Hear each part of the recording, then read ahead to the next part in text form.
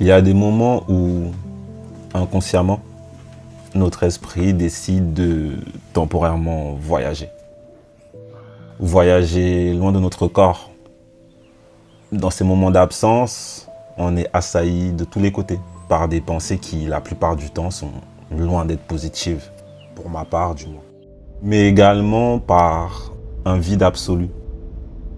Ces microsecondes sont une bouffée d'air pour le cerveau qui, malheureusement, a besoin de fuir un certain temps. De fuir afin de mieux supporter une réalité qui ne lui correspond plus. Et moi, je me suis longtemps demandé pourquoi est-ce que je fuyais aussi souvent? Pourquoi j'avais autant besoin de m'échapper? Jusqu'au jour où j'ai compris que si j'avais tant besoin de liberté, c'est peut-être parce que dans le fond, je n'avais toujours pas trouvé ma place.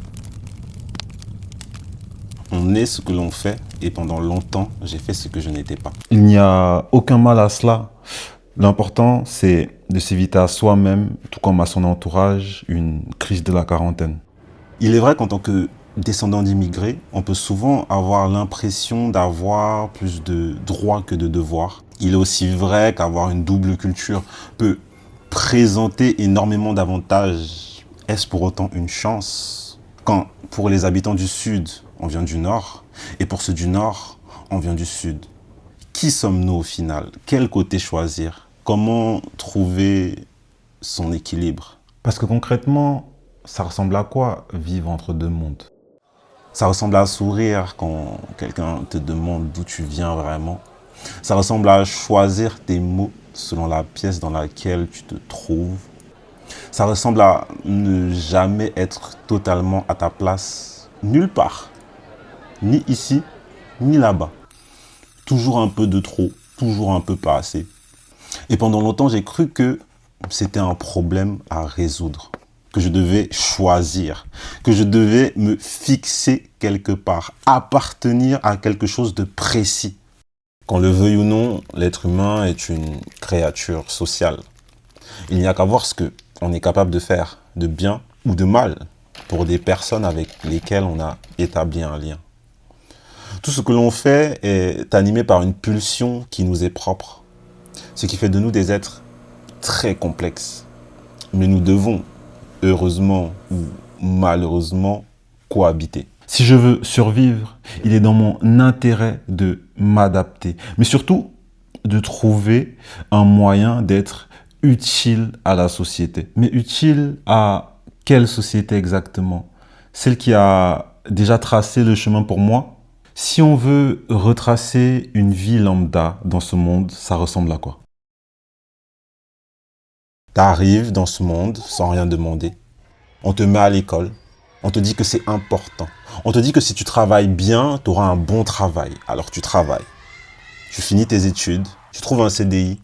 Tu rencontres quelqu'un. Vous emménagez ensemble. Je dis bien emménager parce que les dernières générations se marient beaucoup moins. Vous avez des enfants. Vous achetez une maison. Et puis un jour, tu te réveilles. Tu regardes autour de toi et tu réalises que quelque part, entre l'école et la maison, tu t'es perdu toi-même. Séparation, frustration. Oui, parce que très peu de personnes ont la force de se relever après avoir réalisé que leur vie n'avait pas de sens. Retraite, the end. Le topo de la vie que je te décris est un peu pessimiste, c'est ce que je suis dans le fond. Mais en mettant ma tentative de vulgarisation de côté, le fait est que dans le monde, il y a très peu de personnes réellement heureuses. Si on me demande pourquoi, je répondrais simplement que l'être humain est un éternel insatisfait. Mais aussi, la plupart des gens ne se posent pas deux questions simples. Qui ils sont et quelle est leur place dans la société?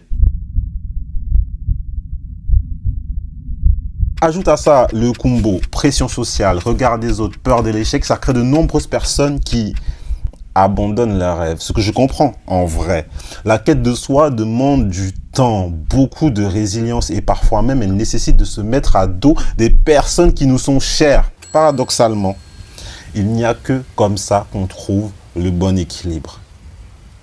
Il faut absolument accepter de vivre dans la zone grise, tout en étant honnête envers soi-même. Et la zone grise, c'est inconfortable. Je vais pas te mentir, parce que le monde aime les cases, le monde aime savoir où te ranger. Et quand tu ne rentres pas dans une case propre et nette, les gens sont perdus, et toi avec. Mais voilà ce que j'ai appris. La zone grise, c'est pas un endroit où t'attends d'arriver quelque part. C'est pas une salle d'attente. C'est un endroit où tu vis vraiment. Par exemple, je n'ai pas besoin de choisir un camp. Je n'ai pas besoin de choisir si je me sens plus français ou camerounais, je suis les deux. Et cette zone grise, c'est à la fois ma place et ma force. On peut appeler ça s'affirmer. Et selon moi, c'est la première étape. Qui je suis? Je suis un ingénieur, un athlète, un entrepreneur, un artiste, un mec corporate, un fils, un frère, un ami, un youtubeur. La vérité, c'est que je suis chacun de ces rôles. Je n'ai que 26 ans, certes, mais j'ai déjà vécu chacune de ces vies. Avec plus ou moins de réussite, je te l'accorde. Simplement ici, je veux te faire comprendre que grâce à ton libre arbitre, rien n'est figé.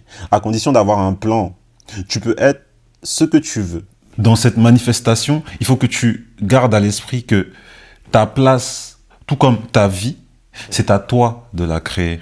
Ton pire ennemi, c'est toi-même. C'est un peu bateau comme phrase, mais elle prend tout son sens quand tu comprends que ton cerveau est là pour te faire survivre, pas pour te rendre heureux. Pense-y la prochaine fois que tu es un peu en down.